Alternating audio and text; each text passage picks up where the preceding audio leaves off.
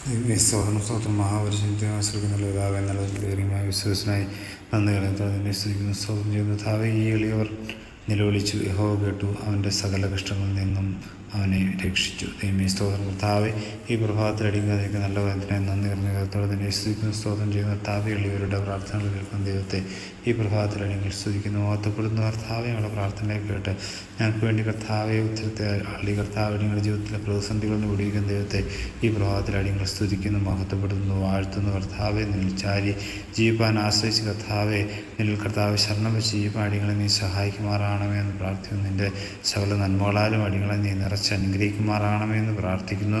സ്വർഗം തുറന്ന് പരിപാലിക്കണം, മഹത്വം കൊടുക്കണ്ട കർത്താവെ.